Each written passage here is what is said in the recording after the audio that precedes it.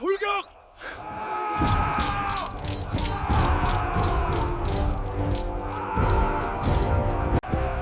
모두 돌격하라!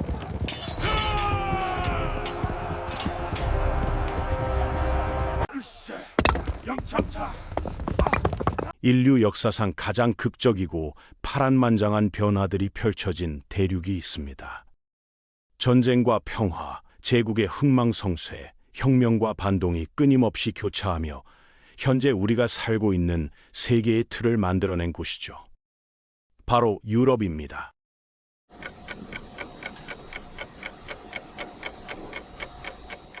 지중해와 에게해 일대에서는 서아시아 문명의 영향을 받아 놀라운 청동기 문명이 꽃피었습니다.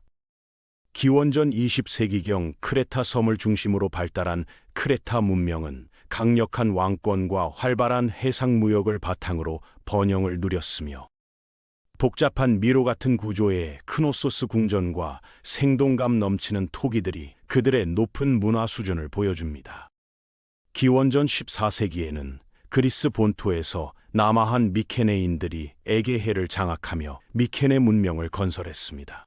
하지만 철기를 사용하는 도리스족의 침입으로 이 문명 역시 몰락하게 되었고, 산지가 많은 그리스 본토의 지형적 특성으로 인해 그리스인들은 해안 평야지대를 중심으로 여러 소국으로 나뉘어 살아가게 되었습니다. 오늘은 유럽의 시작부터 현재까지 간략하게 알아보겠습니다. 기원전 10세기경부터 그리스인들은 방어를 위해 높은 언덕에 성체를 쌓기 시작했는데, 이것이 바로 폴리스라고 불리는 도시국가로 발전하게 됩니다. 폴리스의 중심부에는 적의 침입 시 최후 방어 거점이자 종교 활동의 중심지 역할을 하는 아크로폴리스가 있었고, 그 아래쪽에는 시민들이 모여 토론하고 상거래를 하는 광장인 아고라가 자리했습니다. 그리스의 대표적 폴리스인 아테네에서는 상공업이 발달하면서 부유한 평민들이 중장 보병으로 전쟁에 참여하게 되었고, 이에 따라 평민들의 정치 발언권이 점차 강화되었습니다. 기원전 6세기 말 클레이스테네스가 등장하여 혈연 중심의 부족제를 거주지 중심으로 개편하고 500인 평의회를 설치했으며, 참주 출연을 막기 위해 도편 추방제를 도입하여 민주 정치의 기틀을 마련했습니다. 한편 스파르타는 도리스인이 원주민을 정복하고 세운 폴리스로, 정복당한 원주민은 대부분 헬로타이라는 예속 농민이 되어 토지를 경작했고, 소수의 시민이 다수의 피지배층을 통제해야 했기 때문에 강력한 군국주의 체제가 발전할 수밖에 없었으며, 남성 시민들은 어릴 때부터 공동 거주와 집단 식사를 하며 엄격한 군사 훈련을 받았습니다. 기원전 6세기 말 서아시아 세계를 통일한 아케메네스 왕조 페르시아가 지중해로 세력을 확장하기 시작하면서 그리스 세계와의 충돌이 일어났습니다. 지중해의 패권을 둘러싸고 벌어진 그리스 페르시아 전쟁에서 그리스는 아테네와 스파르타를 중심으로 단결하여 페르시아에 맞서 승리를 거두었고, 전쟁에서 승리한 아테네는 델로스 동맹의 맹주가 되어 강력한 해상 제국으로 발전했습니다. 페리클레스 시대에 아테네 민주 정치는 최고 입법권을 행사하는 민회에 모든 성인 남성 시민이 참석할 수 있었고, 수당제와 추첨제를 통해 가난한 시민도 정치에 참여할 수 있었습니다. 그리스인들은 폴리스의 자유로운 시민 생활에 바탕을 둔 독특한 문화를 발전시켰으며, 합리적이고 인간 중심적인 특징을 보인 그리스 문화는 호메로스의 일리아드와 오디세이아 같은 문학 작품에서도 잘 드러납니다. 철학에서는 소크라테스가 진리의 보편성과 절대성을 주장했고, 그 뒤를 이어 플라톤과 아리스토텔레스가 서양 철학과 학문의 기초를 다졌습니다. 역사학에서는 헤로도토스가 그리스 페르시아 전쟁을 다룬 역사서를 저술했고, 투키디데스는 역사적 사실에 바탕을 둔 펠로폰네소스 전쟁사를 집필하여 역사학 발전에 크게 기여했으며, 조화와 균형의 미를 강조한 건축물과 조각품도 남겼습니다.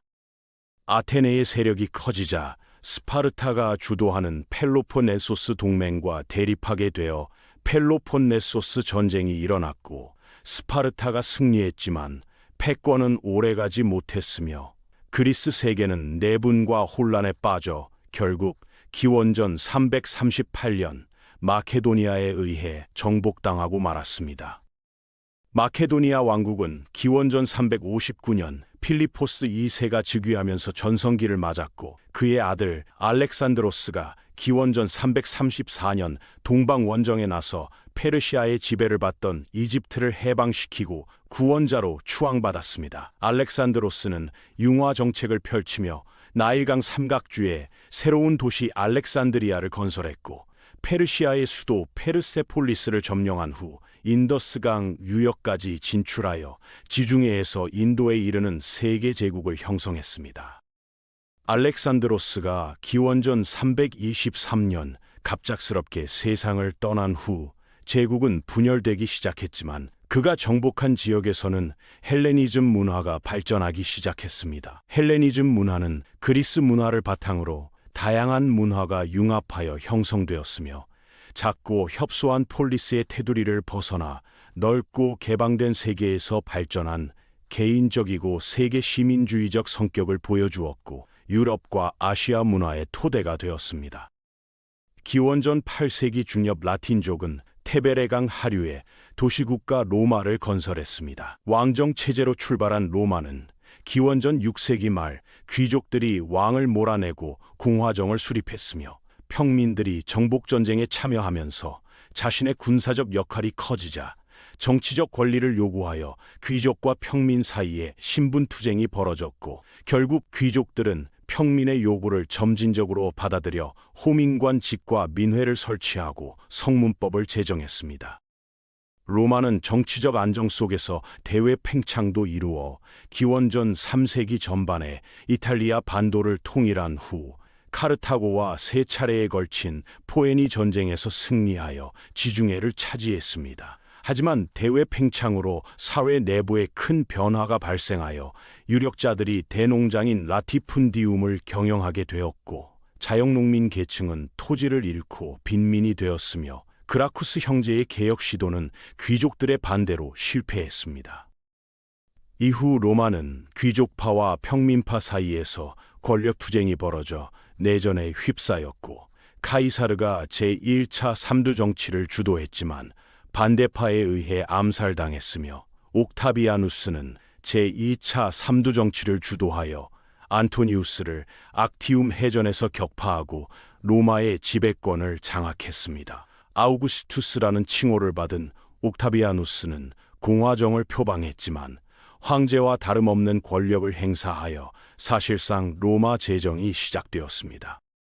로마는 이후 약 200년간 팍스 로마나라고 불리는 정치적 안정과 번영을 누렸으며 거대한 제국을 유지하고 관리해야 할 현실적 필요 때문에 법률과 건축, 토목, 도시 설계 등 실용적인 분야에서 뛰어난 능력을 발휘했습니다. 로마가 후대에 남긴 최대의 유산인 로마법은 도시국가의 관습법인 12표법에서 시작하여 시민법으로 발전했고 제국의 자유민에게 로마 시민권이 주어지면서 만민법으로 확대되어 훗날 세계 각국의 법체계에 큰 영향을 주었습니다. 이 시기 유대 지방에서 등장한 예수는 유대교의 선민 사상과 형식적인 율법주의를 배격하고 민족과 신분을 초월한 보편적인 사랑과 평등을 설교했습니다. 예수가 십자가형에 처해진 후 그의 가르침은 제자들을 통해 제국 전역에 전파되었고 로마는 처음에 그리스도 교도들이 황제 숭배를 거부한다며 박해했지만 콘스탄티누스 황제가 313년 밀라노 칙령으로 그리스도교를 공인하고 테오도시우스 황제 때 국교가 되면서 그리스도교는 세계 종교로 발전하기 시작했습니다. 하지만 3세기가 되자 군대가 정치에 개입하여 황제를 마음대로 폐위하고 옹립하는 군인 황제 시대가 펼쳐졌고 정복전쟁이 끝나면서 토지와 노예, 전리품의 공급이 끊겨 경제가 어려움에 직면했습니다. 디오클레티아누스 황제는 제국을 동서로 나누어 효율적인 통치를 꾀했고 콘스탄티누스 황제는 제국을 하나로 합치고 수도를 콘스탄티노폴리스로 이전했지만 테오도시우스 황제가 죽은 후 395년 로마 제국은 동서로 분리되었고 서로마 제국은 476년 멸망했습니다.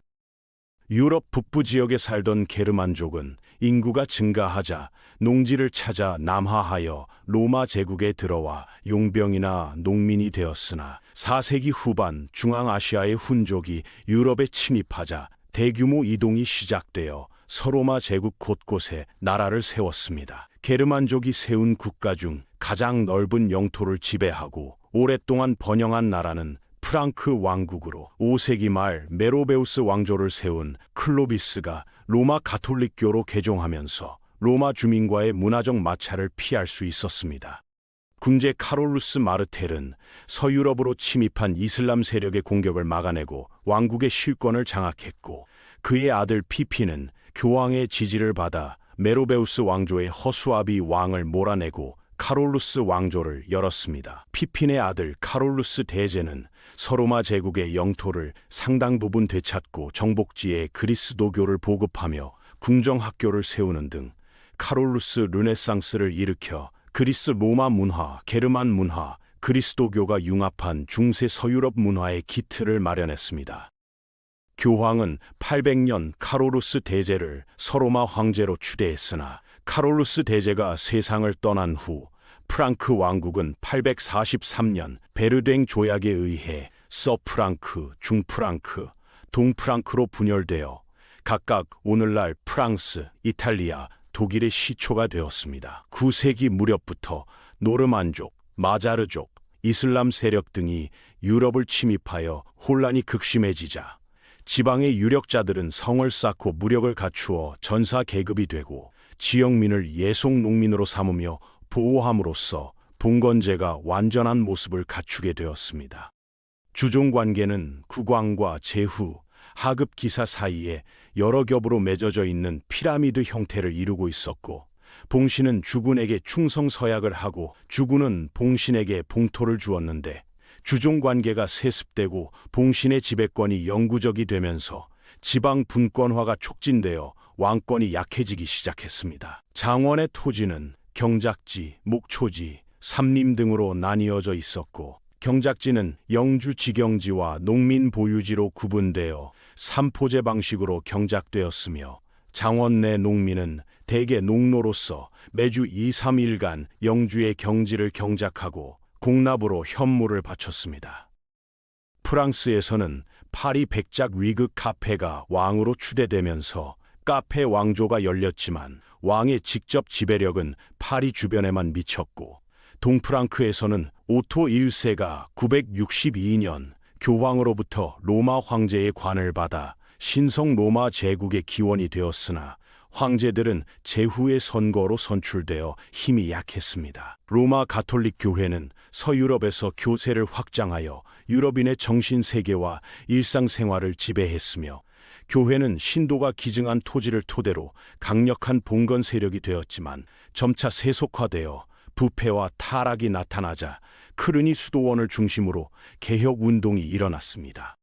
11세기부터 교황 그레고리우스 7세는 성직 매매 부패를 바로잡고 군주의 성직자 서임을 금지했으나 신성 로마 제국 황제 하인리히 4세가 이를 무시하자 황제를 파문했고 결국 황제가 1077년 카노사로 교황을 찾아가 사죄하는 카노사의 굴욕이 일어났으며 1122년 보름스 협약을 통해 교황이 서임권을 차지하여 13세기에는 교황권이 절정에 이르렀습니다. 중세 서유럽에서는 그리스도교 중심의 문화가 발전하여 모든 학문이 신중심 철학으로 이어져 신학의 여왕이라는 말이 생겨났고 십자군 전쟁 이후 아리스토텔레스의 철학이 서유럽에 본격적으로 전해지면서 스콜라 철학이 유행했습니다. 토마스 아퀴나스는 신학대전에서 신앙의 진리와 이성의 진리가 조화를 이룰 수 있다고 주장했으며 12세기경 볼로냐와 파리에서 설립된 것을 시작으로 점차 유럽 각지에 대학이 세워져 오늘날 대학의 교육 과정과 조직, 학위 제도의 기원이 되었습니다. 비잔티움 제국은 서로마 제국이 멸망한 후 로마 제국의 전통을 계승하여 천년간 역사를 이어가며 이슬람 세력에 맞서 그리스도교 세계를 지키는 방파제 역할을 했습니다. 6세기 유스티니아누스 황제 때 전성기를 맞아 지중해를 손에 넣고 로마법을 정리한 유스티니아누스 법전을 편찬했으며 그리스 정교를 바탕으로 그리스 로마 문화와 헬레니즘 문화 등을 융합하여 독자적인 문화를 발전시켰고 이 문화는 슬라브족에게 많은 영향을 끼쳤습니다. 11세기경부터 서유럽 세계는 안정 속에서 경제 발전을 이루었고 삼포제가 확산되고 말과 무거운 쟁기 등이 농사에 이용되면서 농업 생산성이 향상되어 인구가 증가했습니다. 비잔티움 제국이 셀주크 투르크에게 예루살렘을 빼앗기자 서유럽의 구원을 요청했고 교황 우르바누스 2세가 클레르몬 궁의회에서 성지 회복을 위한 전쟁을 호소하면서 1096년 십자군 전쟁이 시작되어 200여 년간 계속되었지만 제1차 원정을 제외하고 모두 실패했습니다. 십자군 전쟁으로 교황권은 쇠퇴했고 봉건 기사 계층이 경제적으로 몰락하여 봉건제가 약화되었으며 왕권이 강화되는 결과를 낳았습니다. 또한 지중해를 통한 동방과의 교역과 문화 접촉이 활발해져 상공업이 발달했고 도시가 성장했으며 시장에 상인과 수공업자가 모여들면서 도시는 더욱 발전하여 이탈리아의 베네치아, 제노바 등이 동방 무역으로 번영했고 북독일 도시들은 한자 동맹을 맺고 북해와 발트해 연안에서 무역을 독점했습니다. 도시민은 공동의 이익과 안전을 도모하기 위해 길드들을 만들어 생산과 교역을 통제했고 상공업이 발달하고 도시가 성장하자 화폐 경제가 널리 퍼져 농민의 경제적 지위도 올라갔으며 14세기 중엽 유럽을 휩쓴 흑사병으로 노동력이 귀해지자 농노 신분에서 해방되는 사람이 늘어나 장엄이 점차 해체되었습니다. 십자군 전쟁이 실패하면서 교황의 권위가 추락했고 교황 보니파키우스 8세와 프랑스의 왕 필리프 4세가 교회 재산에 대한 과세 문제를 둘러싸고 대립하여 교황청이 아비뇽으로 이전되는 아비뇽 유유수가 일어났으며 그 후 40년간 서로 정통성을 내세우는 교회의 대분열이 발생하여 교회 개혁의 움직임이 일어났습니다.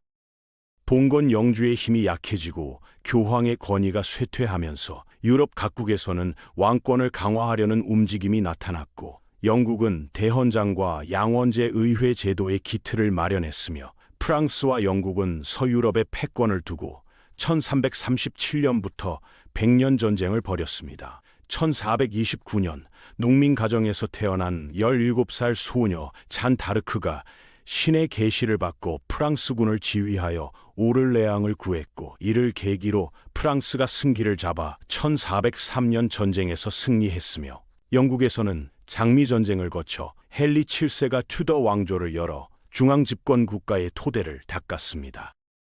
레오나르도 다 빈치, 미켈란젤로, 라파엘로 등은 인간의 균형 잡힌 신체와 자연의 아름다움을 사실적으로 표현했고 16세기에는 알프스를 넘어 유럽의 여러 지역으로 전파되어 북유럽에서는 얀 반 에이크가 유화 기법을 개발했으며 에스파냐의 세르반테스는 돈키호테에서 몰락하는 봉건 기사를 풍자했고 영국의 셰익스피어는 햄릿, 로미오와 줄리엣 등을 저술했습니다.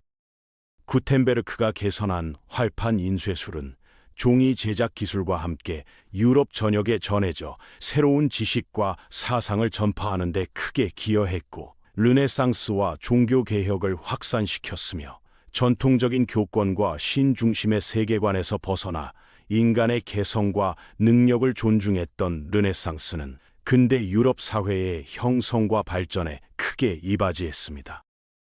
이렇게 유럽은 고대 그리스의 민주주의와 철학에서 시작하여 로마의 법과 제국, 중세의 봉건제와 그리스도교, 그리고 르네상스의 인문주의에 이르기까지 끊임없는 변화와 발전을 거듭하며 오늘날 서양 문명의 토대를 만들어냈습니다.